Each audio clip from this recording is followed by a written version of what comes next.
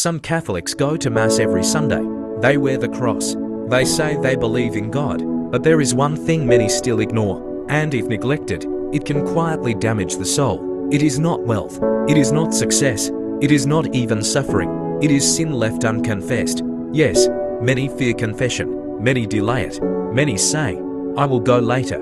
Many think, "God already knows my heart." But listen carefully. God does know your heart, and because He knows it, He gave you a healing path.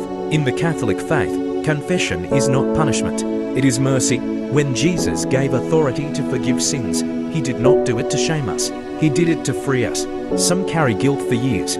Some smile outside but suffer inside. Some pray daily, yet feel distant from God. Why? Because hidden wounds need healing, and hidden sins need surrender. Confession breaks chains. Confession restores grace. Confession brings peace the world cannot give. The enemy wants delay. He whispers, "Tomorrow, you're too dirty. It's too late.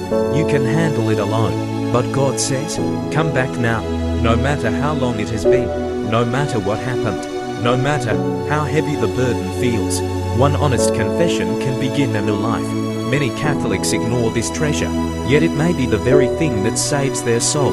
So if your heart feels heavy, if prayer feels dry, if peace feels far away, maybe it is time to return to the confessional, because mercy is waiting there, and heaven rejoices when one soul comes home. If this stirred something in you, if it challenged the way you see confession, then don't just scroll past.